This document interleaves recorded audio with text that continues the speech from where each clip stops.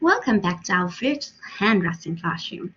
We are on Learning Unit 1 and today we're going to be looking at the different pre-writing activities.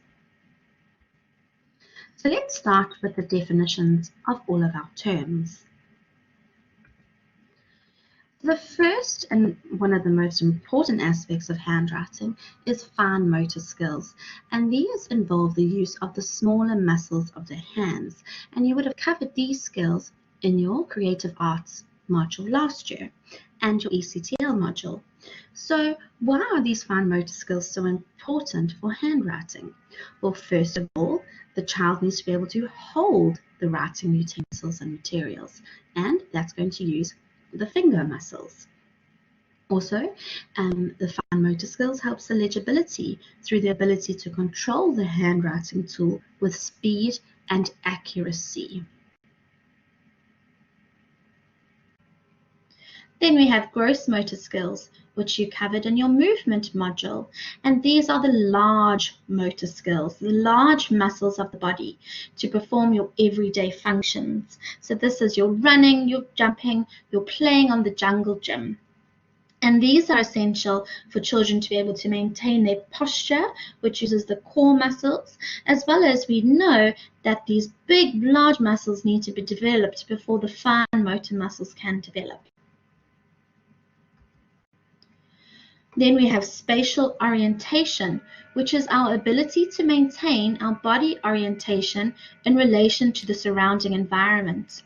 And there's a little picture of a girl in a hula hoop there, because I like to use the hula hoop technique, which means that everybody has their own little bubble of space, and they know where their little bubble is in comparison to their friends, in comparison to the wall, in comparison to the floor, and they can feel that their feet are grounded on the floor, and they can navigate their hands to go above their head, and they know where they are with relation to the environment.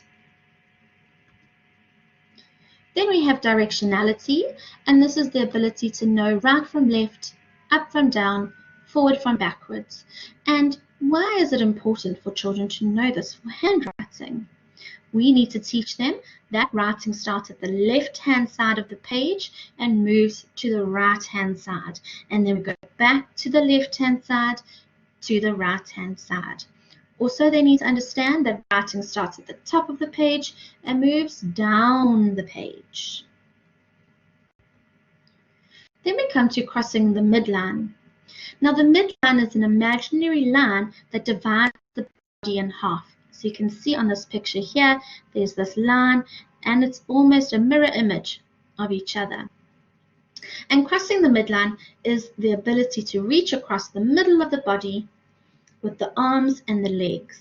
And this allows children to cross over their body to perform tasks on the opposite side of their body. So, for example, if you are a right-handed person, you have to cross your midline to start on the left page, and then you write over. And if you're a left-handed person, you start at the left-hand side and you cross over the midline to get to the other side. And children who can't cross this midline sometimes start writing and they get to the middle of the page and they stop. And then they start on the other side of the page again. So it's really important that they have these crossing the midline skills. Another essential thing for handwriting is the pencil grasp and the pencil grip. And this is the way that one holds the writing instrument in order to manipulate it.